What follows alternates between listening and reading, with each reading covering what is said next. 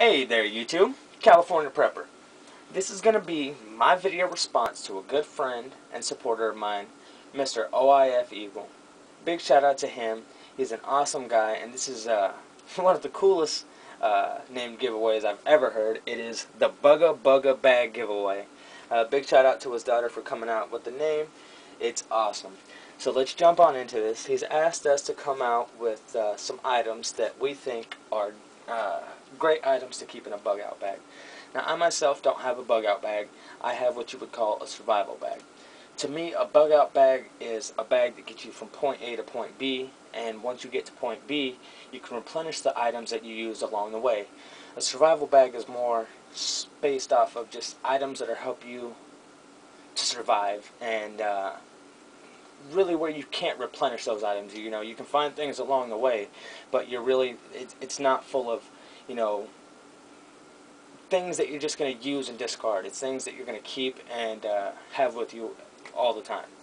Now, with that being said, I think these items could be used in a bug out bag, a 72-hour kit, a get home bag, survival bag, whatever you want to call your bag. These items I think should be in it regardless.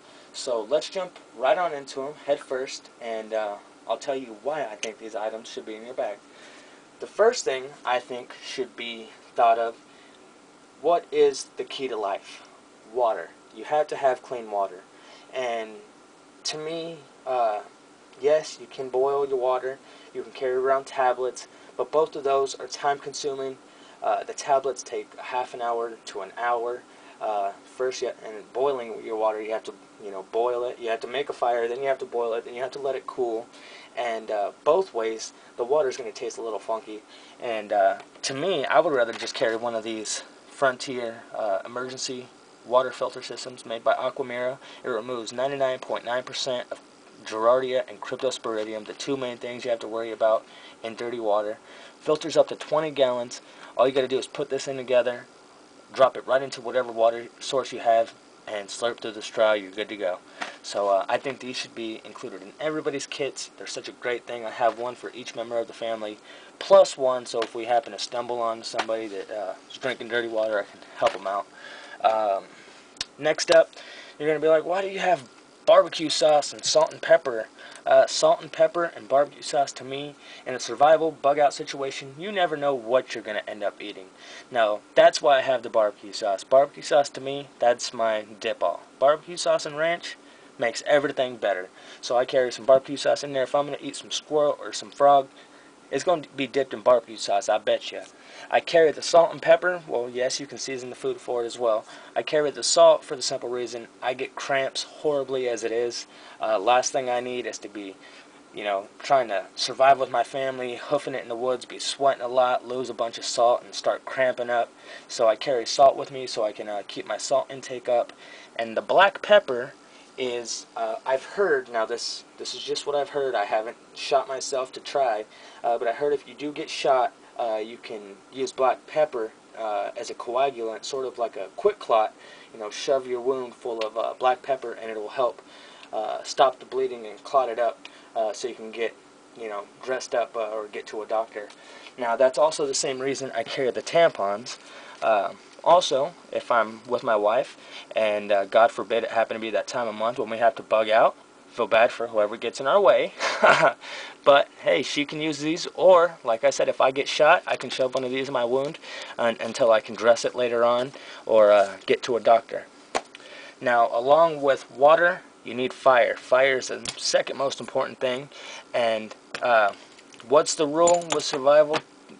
2 is 1, 1 is none. So I carry at least 3. You got to have a regular lighter, have some Pro-Force wind and waterproof safety matches that burn up to about 15 seconds, and then you don't have to have a magnesium and ferro rod, but at least have the ferro rod itself.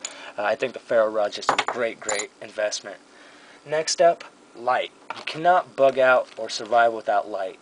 You need to be able to move at night when there's not a lot of people out, and the last thing you want to be doing is stumbling around, breaking an ankle, breaking a leg, spraining an ankle. You're not going to be able to move very fast like that. So a headlamp, in my opinion, is the way to go.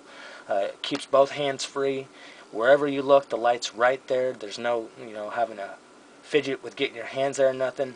And like I said, it keeps both your hands free at all times. Now, I always say go tool heavy. For my wife, it's a little bit opposite. In my bag, I'll have a shovel, I'll carry my hatchet, but in her bag, I try and keep things a little simpler. I try and give her items that can be used for multiple things.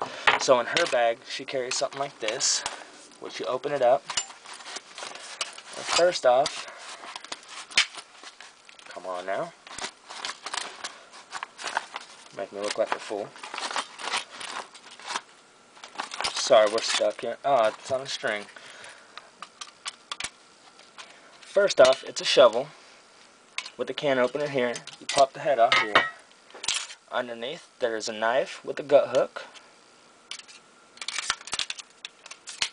On the opposite end, there's a saw.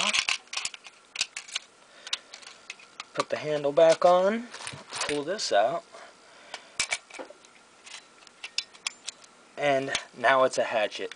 Now, for her, I think this is great. Maybe not so much for me, but like I said, I try and keep her bag as light as possible because she can't carry as much weight as me. You're also going to need tools. You're going to need cutting tools. Fixed blade, in my opinion, is the way to go in a survival situation. But hey, you're going to need a couple folders as well. So, like they say, 2 is 1, 1 is none. I'd always carry this and my K-bar as well, which is off to the side over here. My folder would be the Ontario Rat 1 because this is such an awesome knife. And a multi-tool. You could carry a folding knife instead of a multi-tool or vice versa. But a multi-tool can't do everything a folder can do, and a folder can't do everything a multi-tool can do. You can try and switch it up with a Victorinox multi-tool knife, but you're not going to have as much blade or a locking blade. So there are some give and takes. Garbage bags. To me, this is one of the best survival items ever. This here can be used for so many different things. You can use it for ponchos, shelter, water collection, just about anything, of water still. Garbage bags are so multi-use, and these things are huge. These are some extra large ones, so that makes it even better. Cordage.